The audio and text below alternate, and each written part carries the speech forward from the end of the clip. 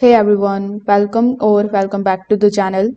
In today's video, I'm going to show you how to make any webcam look like a mirrorless camera.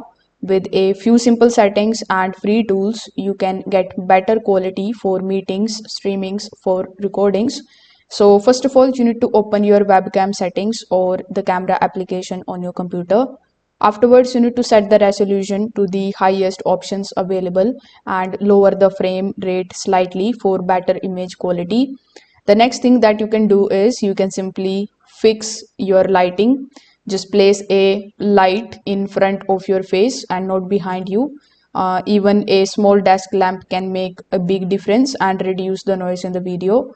Now adjust the brightness, the contrast, and the sharpness in your camera software.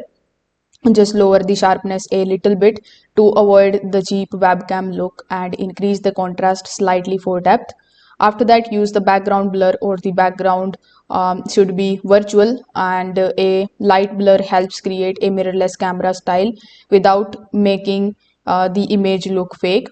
Finally, you can position the webcam at eye level and keep some distance from your face to get a more natural depth effect. If this video helped you out, make sure that you like this video and subscribe to the channel. Thanks for watching.